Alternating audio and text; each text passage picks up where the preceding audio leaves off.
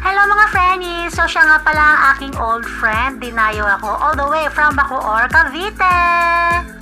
At talagang dumayo siya dito sa Antipolo para lang magpaturo kung paano mag-nail designs. So kakauwi nga lang din pala niya galing Bahrain. Isa siyang OFW at nail tech sa Bahrain for 9 years. So gusto na niya mag-forgo dito sa Pinas. Kaya yan, humingi siya ng mga konting tips at konting kaalaman kung paano yung mag-start ng business as a nail tech dito sa Pilipinas.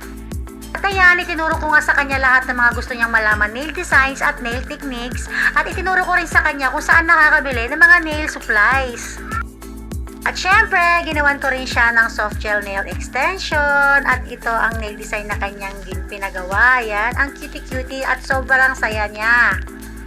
Syempre, dahil friendship kami at hindi naman ako mukhang pera, pinasalubungan nga pala niya ako ng hair iron at pabango fresh from Bahrain.